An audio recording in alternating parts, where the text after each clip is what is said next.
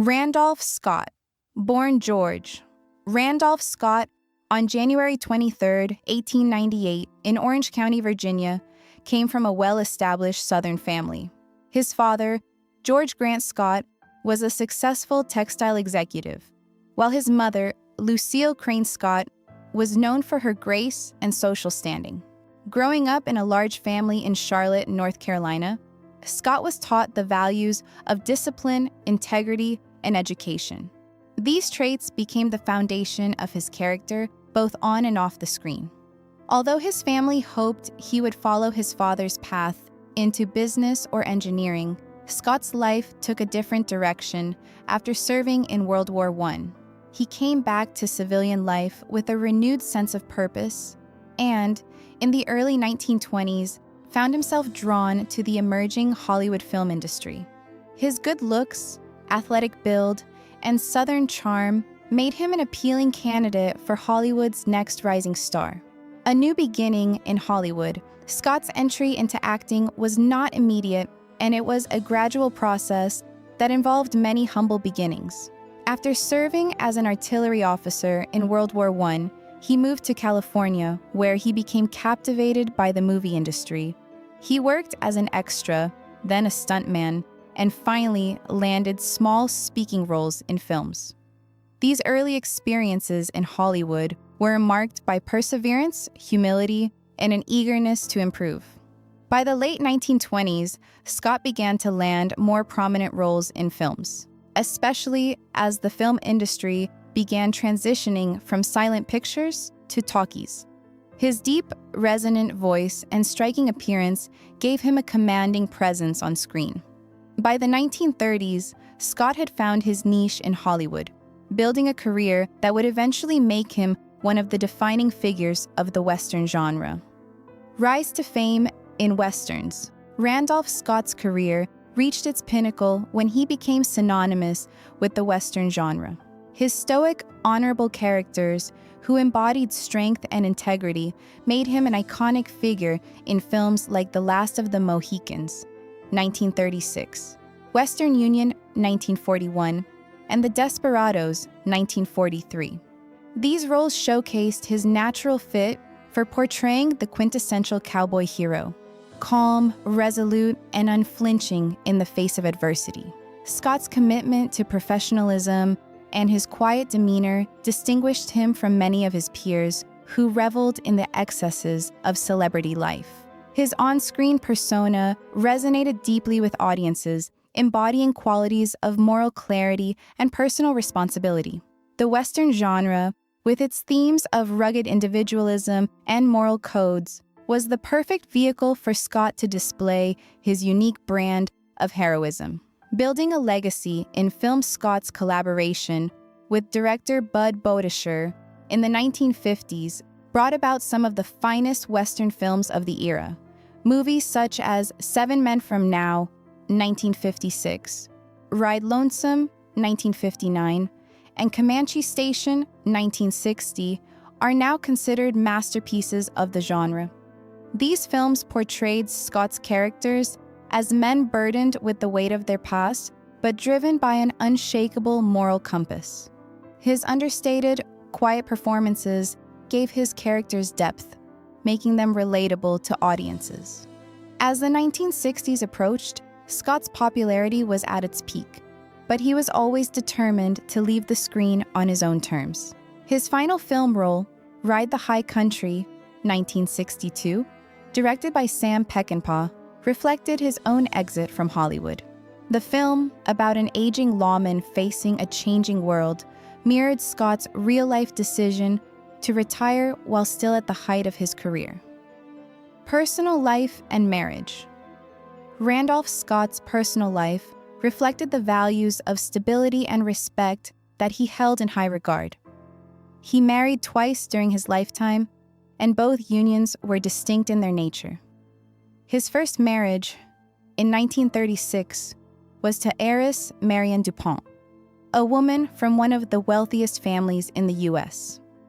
Marion's family was deeply rooted in the world of industrial wealth, and their marriage brought Scott into a world vastly different from his own Southern upbringing. Marion was a passionate equestrian and owned a prestigious horse breeding estate.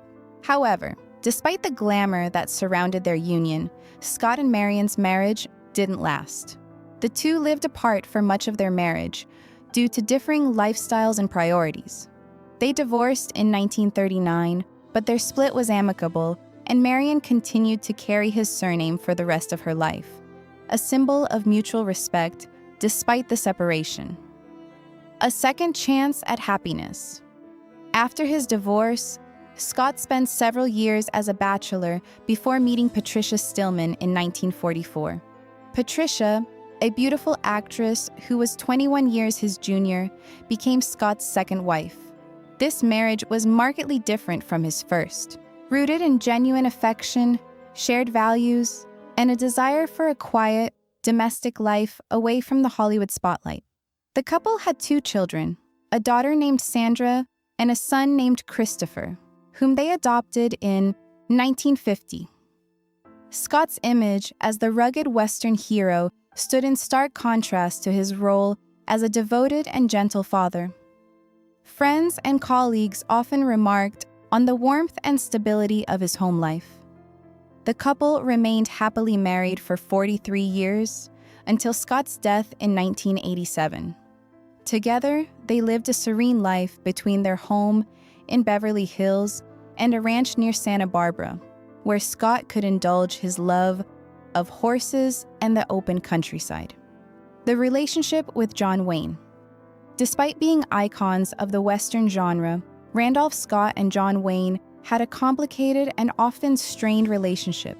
The two men, both known for their roles as strong, stoic heroes, did not share the camaraderie that fans might have expected. Scott, with his refined Southern manners and quiet dignity, never respected Wayne's brash, showy persona. "I never cared for the man," Scott once said. "He represented everything in Hollywood I didn't admire." Scott valued restraint and subtlety in his performances, whereas Wayne was known for his larger-than-life approach to acting. Scott often remarked that Wayne's performances felt more theatrical and less rooted in genuine character development. While Scott's characters were often introspective and morally complex, Wayne's roles tended to be more overtly patriotic and heroic, emphasizing spectacle over substance. The clash of personalities. Their personalities couldn't have been more different. Randolph Scott was known for his quiet, gentlemanly demeanor, while John Wayne was loud, politically outspoken, and often dominated conversations with his brash confidence. Scott found Wayne's overt patriotism, especially his discussions of politics and war, distasteful. "I never believed war or politics should be glorified in a saloon or on a soundstage," Scott once remarked. Their opposing temperaments often created tension whenever they met, and Scott's calm, reserved nature did not mesh well with Wayne's brash, attention-seeking style. Scott's quiet professionalism stood in contrast to Wayne's self-assured bravado, making any interaction between the two uncomfortable and strained. The hypocrisy that divided them. One of the central issues that caused a rift between the two Western legends was Scott's belief that Wayne's on-screen heroism was at odds with his personal life. Wayne had avoided military service during World War II, a decision that many in Hollywood quietly resented.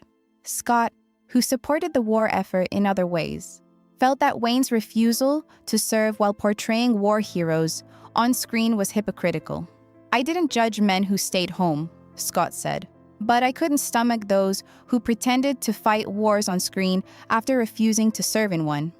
To Scott, this contradiction was the root of his disdain for Wayne. It represented a lack of integrity, a trait that Scott valued above all else. Scott's legacy. Randolph Scott's death in 1987 at the age of 89 marked the end of an era in Hollywood. He was remembered not only for his iconic roles in Westerns, but also for his unwavering professionalism and quiet dignity. His marriage to Patricia, which lasted for over 4 decades, stood as a testament to the personal stability he found later in life. Scott's legacy is one of a man who lived by his values: honor, integrity, and a deep sense of personal responsibility. While his rivalry with John Wayne will always be part of Hollywood history, it is Scott's legacy as a leading man in classic westerns that will endure. He shaped the genre through his stoic portrayal of men who lived by a code of honor, and in doing so, became a symbol of the rugged individualism that defined the American frontier.